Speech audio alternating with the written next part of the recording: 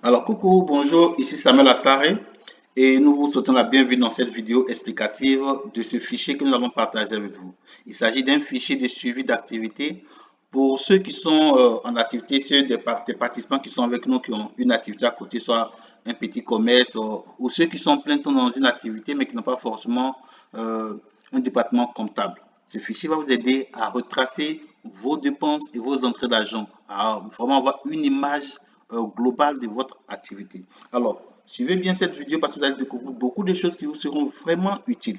Ok, suivez avec attention, prenez un stylo et un calepin, notez tout ce qui vous passe par la tête afin de pouvoir poser les questions adéquates pour une meilleure compréhension.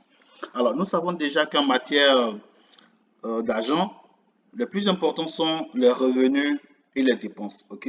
Et quand on parle des revenus, c'est une entrée d'argent et dépenses, c'est une sortie d'argent. Mais vous devez noter aussi que les sorties d'argent ne sont pas seulement les dépenses et les entrées d'argent ne sont pas seulement des revenus. Alors, si vous suivez cette vidéo jusqu'à la fin, vous allez découvrir qu'il y a des sorties d'argent qui ne sont pas des dépenses, il y a des entrées d'argent qui ne sont pas des revenus. Alors, restez scotché et suivez jusqu'à la fin. Alors, ce fichier que nous avons ici est composé de plusieurs feuilles, c'est-à-dire une feuille de résumé, une feuille de trésorerie, une autre de revenus, une des dépenses, une pour un compte épargne en admettant que vous avez votre business, mais ce business a un compte épargne, ok, et aussi un fichier, une feuille pour un compte courant en admettant que vous avez votre activité qui a un compte courant. Et on a une dernière feuille qui est une feuille de paiement échelonnée qui va en fait retracer les différents paiements que vous faites pour un prêt que vous avez pris soit avec un ami, soit avec une connaissance, ainsi de suite. OK? Alors, sans plus tarder, commençons par revenus. Alors, comme nous l'avons dit, les revenus, ce sont des entrées d'argent, mais cette fois-ci, des entrées d'argent qui sont directement liées à votre activité. OK? C'est parce que vous faites votre activité qu'il y a cette entrée d'argent. Donc, c'est une compensation de soit votre service ou des produits que vous vendez. Alors, pour cette entrée d'argent, nous avons un tableau ici qui fait un récap. Pour rappel, ce tableau, on le tiendra mois par mois, ok? Et nous sommes sur le mois de mai, ok? Donc, voici un tableau que nous avons effectué pour le mois de mai. Pour le mois à venir, à la fin, vous allez voir comment vous pouvez créer ce même tableau pour le mois à venir. Mais cette fois-ci, concentrons-nous sur le mois de mai. Eh bien, vous regardez ici, vous verrez revenus du mois de mai, ok? Et pour la période, c'est du 1er mai au 31 mai. Le tableau se compose d'un numéro, d'une date, des clients, parce que ce sont les clients qui ont fait les paiements. Okay? La description, pourquoi le client paye, le montant payé par le client et le projet. Il se peut que vous ayez une activité qui a plusieurs branches.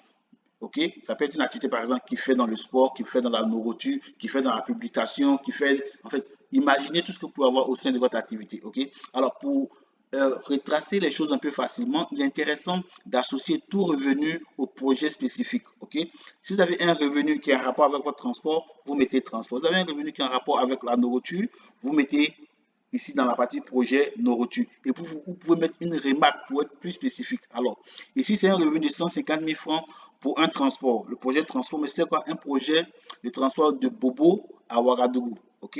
Donc, ça, c'est une description. Et puis, pour la deuxième vente, c'est une vente de nourriture, mais il y a une remarque. La description dit quoi? C'est la recette de 3, c'est la recette pour la troisième semaine du mois de mai. OK? Recette de troisième semaine du mois de mai. Et cette recette fait 650 000. Certainement, habituellement, vous n'avez pas une recette hebdomadaire de 650 000. Mais cette fois-ci, vous avez eu 650 000. Donc, vous devez euh, écrire quelque part pourquoi vous avez eu une grosse vente comme ça. Alors, ici, comme description, on a écrit vente en hausse à cause d'une commande d'anniversaire. OK? À cause d'une commande d'anniversaire, commande c'est A. Voilà. À cause d'une commande d'anniversaire. OK? Donc, à cause d'une commande d'anniversaire, vous avez eu une augmentation de vos ventes. C'est intéressant de remarquer tout ça. Comme ça, quand la baisse va, la recette va diminuer, vous saurez pourquoi ça a diminué. OK? Alors ici, dans ce mois, on a vendu 150 000 et 650 000. Ça fait un total de 800 000, donc un revenu total de 800 000. Quand nous allons dans les dépenses aussi, nous voyons le même tableau, c'est-à-dire la période, le mois et la description, le fournisseur. Il est intéressant d'indiquer le fournisseur. Comme ici dans les revenus, on a indiqué le client. OK? Donc, la même chose dans les dépenses, on a indiqué le fournisseur, une description de ce qu'on a acheté, le montant et le projet associé à cet achat-là. Ici, au 5 mai, on a fait un achat avec le fournisseur Enermil c'était un achat de lubrifiant qui nous a coûté 48 450, mais c'est pour le projet transport. Qu'est-ce que ça servait à quoi? À faire le vidange du camion. La vidange du camion. OK? On a aussi acheté avec la compagnie Sodic, on a acheté des filtres à 15 000 francs pour le projet de transport. Et c'était des filtres et huile et gaz. Des filtres à huile et des filtres à gaz, à gasoil. OK? Alors, c'est ce que nous avons fait pour ce mois de mai. Notez aussi que pour chaque dépense, on a un numéro. Ici, la numérotation, vous pouvez choisir la numérotation que vous voulez. Ici, c'est en mai 2022, mais pour le troisième, c'est la troisième dépense du mois de mai 2022. Donc, c'est à vous de créer la numérotation que vous voulez. Vous êtes libre de choisir ce que vous voulez comme numérotation. Donc, dans ce mois, ça fait un total de 313 450 francs comme dépense. OK? Alors, voyons dans le résumé d'abord ce qui va se passer. OK? Donc, en résumé, ce qu'il y a dans le compte de résumé, c'est un rapprochement du mois de mai. OK? On a un solde précédent. Puisque nous gérons de l'argent, ce que nous avons en main, généralement, en fait, ce projet, ce résumé va faire un retracement de ce que nous avons en main comme argent. OK? Puisque vous regardez, on a un compte épargne, un compte courant. Donc, on va se focaliser sur ce qu'on a en main comme cash. Le cash en main. OK? Alors, le solde précédent, peut-être en début du mois de mai, le 1er mai, on avait comme argent en main 100 000. Dans votre cas, si vous n'avez rien, c'est zéro. OK, maintenant, je prends l'exemple ici où nous avions 100 000 francs comme argent au 1er mai. Souvenez-vous que dans les dépenses, dans les revenus, on a eu un total de 800 000. OK, donc automatiquement, il y a 800 000 qui sera ici. Il y a eu des dépenses de 313 450. Vous vous rappelez des dépenses ici, 313 450. Donc, automatiquement, lui aussi vient ici. Donc, il va me donner la transaction du mois, ça dit quoi? Revenu moins dépenses de 486 550. OK? Alors, un solde à repos, c'est quoi? On avait 100 000 francs au début. Et à la fin, on se retrouve avec 486 000. Quand on fait revenu moins dépenses, ça nous fait un total de 586 550. OK? Oui, on a vendu 580, on devait avoir 586 550. Mais quand on compte l'argent qui est dans notre caisse, l'argent cash qui est dans notre main, on se rend compte qu'on a seulement 236 550 qui sont faits comme suit. Pour les billets de 10 000 francs, nous avons 20 billets. Pour les billets de 5 000 francs, nous avons 6 billets. Pour les billets de 3 000, nous avons 3 billets. Pour les billets de 500, on a un billet. La pièce de 50 francs, on a une seule pièce. Donc, ça fait un total de 236 550. Ce qui fait une différence de 350 000. Où ces 350 000 sont passés? Parce que si on a vendu effectivement 800 000 et qu'on a fait une dépense de 313 000 avec 100 000 francs à laquelle on a commencé, on devait normalement avoir 586 000. Mais ici, avec l'argent qu'on a compté dans notre main, on n'a que 236 550. Alors, qu'est-ce qui s'est passé pour qu'il nous manque 350 000? Voyons ce qui se passe dans notre compte épargne et notre compte courant. Dans notre compte épargne, on nous dit voici ce qui s'est passé pour le mois de mai. Nos soldes au début du mois de mai étaient 110 000 francs. C'est un compte que nous avons à la fin de chaque mois, on a un certain montant. Donc, l'argent que vous avez à la fin du mois, vous le transférez en début du mois qui fait 110 000 francs. OK? C'est ce qu'on avait en fin avril, donc on a rapporté au 1er mai. OK. On a aussi reçu pour l'anniversaire, vous vous rappelez, on a eu une commande d'anniversaire, on a eu 350 000 francs dans l'anniversaire. OK? Donc, voici les 350 000 francs qu'on a eu comme recette de l'anniversaire.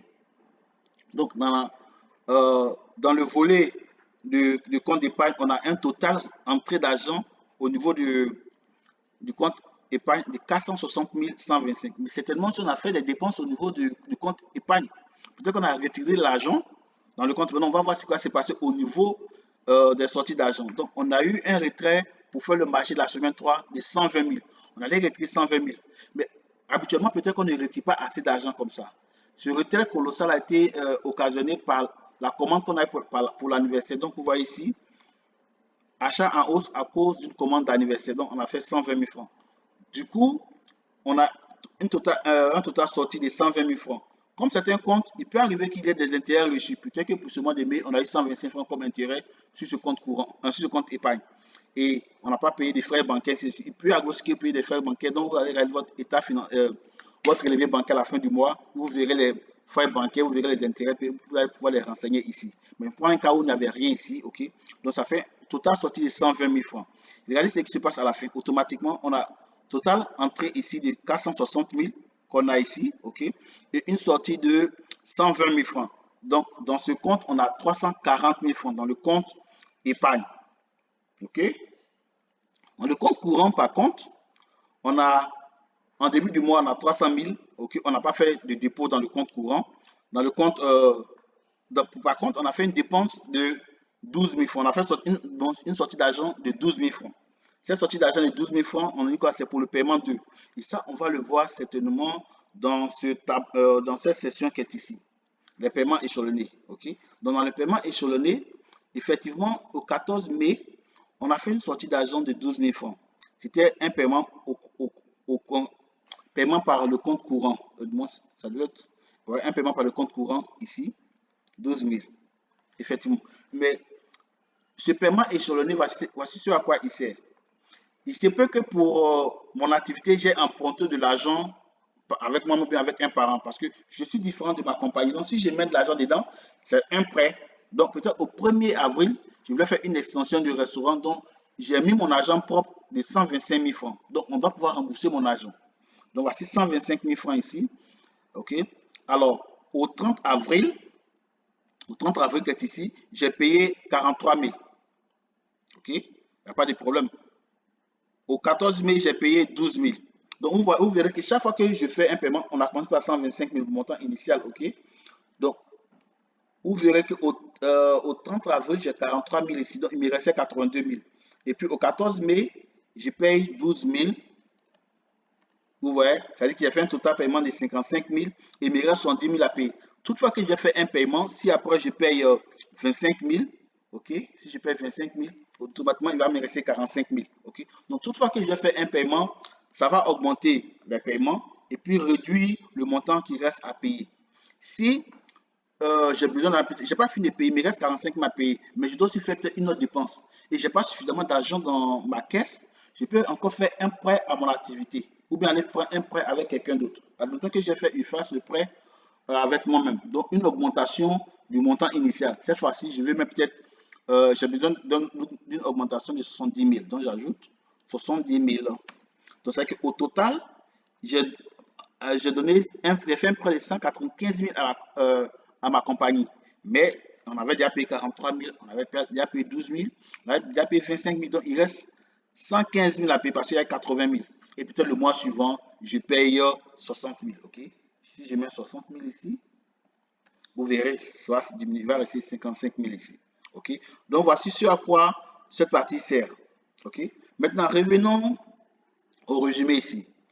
On avait dit qu'il avait une différence de 350 000, n'est-ce pas? Alors, les 350 000 sont arrivés. Pourquoi? Parce que dans le compte épargne ici, dans le compte épargne ici, j'ai fait un dépôt. J'avais reçu de l'argent, ok? J'avais reçu de l'argent pour cette commande-là et je suis allé déposer cet argent dans mon compte épargne. Puisque je l'ai déposé dans mon compte épargne, il n'est plus physiquement avec moi. Donc, c'est normal qu'il ne se retrouve pas dans mon revenu, dans l'argent que j'ai physiquement quand j'ai compté. Il y a une différence de 350 000. Et c'est ce qu'on voit ici. Ok? Donc, la raison pour la différence, c'est que j'ai fait un dépôt. Ok? C'est que j'ai fait un dépôt de 350 000 francs dans le compte épargne le 20 mai 2022. Et c'est ce qu'effectivement nous avons ici. Le 20 mai 2022, on a fait un dépôt de 350 000. Ce que vous devez noter ici, c'est que vous devez être vraiment assidu dans la prise de notes. Ok? Chaque fois qu'il y a une sortie, gardez quelque part les traces pour que vous les écrivez quelque part.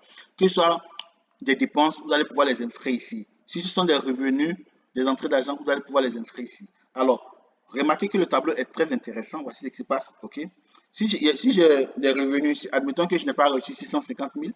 Si j'ai reçu 600 000, allons d'abord sur le résumé. Dans le résumé, on me dit que j'ai fait un revenu total de 800 000. OK? Et c'est ce qui est ici, 800 000. Admettons que je n'ai pas reçu les 650 000, mais au contraire, j'ai reçu 400 000. 1, 2, 3, 1, 2, 400 000. Alors, si j'avais reçu 400 000, ça me ferait un revenu total de 550 000. Répartis dans le résumé, vous verrez quelque part. Vous voyez, au résumé, automatiquement, j'ai eu 550 000 ici. C'est pas moi qui suis venu écrire 550 ici. Il y a des formules dans ces cellules-là. Donc, vous, tout ce qui vous intéresse, c'est de remplir la partie revenu et la partie dépenses. Les autres vont être là automatiquement. Si ici, par exemple, cette facture de distribution, Si j'avais reçu peut-être 700 000, je vais écrire 700 000 là ici, 1, 2, 3. Avec 700 000, ça me ferait une entrée d'argent totale de 1 million 100. Si je reviens en résumé ici, vous verrez 1 million 100. OK? C'est la même chose au niveau des dépenses. Les dépenses, il y a 313 450 ici. Si je vais au niveau des dépenses ici, 313 450. Admettons que pour ce marché-là, je n'ai pas dépensé 250 000, mais j'ai dépensé 400 000. 400 000, 1, 2, 3. Vous voyez que ça fait 463 000 ici. Vous verrez ici automatiquement, j'ai 463 000 ici. Et on va me dire qu'avec ces 463 000, je dois normalement avoir 736 000 francs cash. OK? 736 000 francs cash. Donc, je vais compter mon argent. Je compte mon argent. Peut-être que je n'ai plus 20 billets de 10 000 francs. Peut-être que j'ai 30 billets de 10 000 francs. Donc, je vais juste écrire 30. Si j'écris 30, vous verrez que les 200 qui sont ici vont changer. Donc, 30 billets de 10 000 francs feront 300 000. Donc, automatiquement, ça fait 300 000 ici. J'ai peut-être 20 billets de 5 000. Je mets 20 ici. Ça change encore ici. OK? Normalement, je dois pouvoir avoir 736 000. Mais n'oublie pas qu'il a fait un dépôt de 350 000 francs dans mon compte épargne. Donc, pour qu'il y ait 350 000 ici, il va falloir que ce montant-là, ici, s'ajuste. OK? De sorte que j'ai 350 000. Ici, on me dit qu'il me reste 330 000. N'est-ce pas? Donc, je vais diminuer 20 000 ici. 20 000, ça fait 4 fois 20. Donc, ici, j'aurai peut-être 16 billets. Voilà. Donc, si j'ai 16 billets de 5 000, ça fera 80 000. OK? Donc, en total, j'ai en main 386 500, qui fait une différence de 350 000, qui s'explique par le fait que j'ai fait un dépôt de 350 000 ici. Donc, chaque fois qu'il y aurait une différence entre ce que vous avez en main, OK, et ce que vous avez en main et ce qui normalement devrait être ici, vous devez pouvoir écrire ce qui s'est passé ici. Voilà. Dans le début, j'avais dit que j'allais vous parler de la différence entre entrée d'argent qui n'est pas forcément un revenu et une sortie d'argent qui n'est pas forcément une dépense. Eh bien, vous voyez ici, j'avais fait un prêt de 125 000 francs ici. OK? Pour cette compagnie-là, qui est Finance Boot, les 125 000 qui sont venus ici ne sont pas un revenu. Ce n'est pas vraiment un revenu, mais c'est une entrée d'argent. OK? Si je mets ça comme un revenu, c'est comme si les 125 000 appartiennent à Finance Bootcamp. Non. C'est de l'argent que je dois rembourser. Donc, ce n'est pas un revenu, mais c'est plutôt un prêt. OK? Si vous allez faire un prêt à la banque, ce n'est pas un revenu. C'est en fait cette idée que les gens ont. C'est pourquoi quand ils font des prêts auprès des banques, ils dépensent. L'argent de la banque ne vous appartient pas. Donc, ce n'est pas un revenu pour vous. De même, quand vous remboursez l'argent de la banque, ce n'est pas une dépense, mais c'est une sortie d'argent. C'est un remboursement. Donc, si je considère que je suis en train de payer la banque, donc ce sont des dépenses, non, je vais fausser mon calcul. C'est vrai, ce mois-ci, j'ai payé 12 000, j'ai payé 25 000, j'ai payé 60 000 pour rembourser ces prêts-là, mais en fait, ce ne sont pas des dépenses. C'est de l'argent que j'avais reçu de quelqu'un ici que je rembourse. Okay? Donc, n'ajoutez pas les remboursements de prêts comme des dépenses dans votre business. Ce ne sont pas des dépenses. Si vous le faites ainsi, vous allez fausser le calcul. Okay? Et au moment du paiement du remboursement, en fait, quand vous faites un prêt avec la banque, admettons que j'ai pris ces 125 000 là. Ces 125 000 en fait ne représentent pas une entrée d'argent, mais ces 125 000 vont orchestrer une dépense. Donc quand j'ai pris ces 125 000, peut-être que je suis allé acheter un sac de riz de 50 000. Donc c'est le sac de riz de 50 000 là qui fait une dépense pour moi. OK? Et non, les 125 000, ce n'est pas une entrée d'argent, mais quand j'ai reçu les 125 000, j'ai fait une dépense pour mon activité de 50 000 en achetant le sac de riz à 50 000. Donc, du coup, quand je suis en train de rembourser ici, si je considère ces remboursements encore comme des dépenses, j'aurais totalisé les dépenses doublement. C'est-à-dire que la dépense pour l'achat des sacs de riz et puis encore considérer une dépense encore, considérer les paiements encore comme une dépense. Non, ce n'est pas ainsi. Ne mélangez jamais cette chose. Si vous les mélangez, vous allez vous casser la figure, vous allez fausser votre calcul. Les remboursements ne sont pas des dépenses. L'argent qu'on reçoit d'un prêt, ce n'est pas un revenu. Sachez faire la différence pour que vous puissiez vous en sortir dans votre activité. J'espère que cette vidéo a été utile. Et bien, comme je l'ai dit, ce sont des fichiers que nous faisons chaque mois. Donc, admettons que nous ayons fini pour le mois de mai. OK, donc je vais enregistrer et faire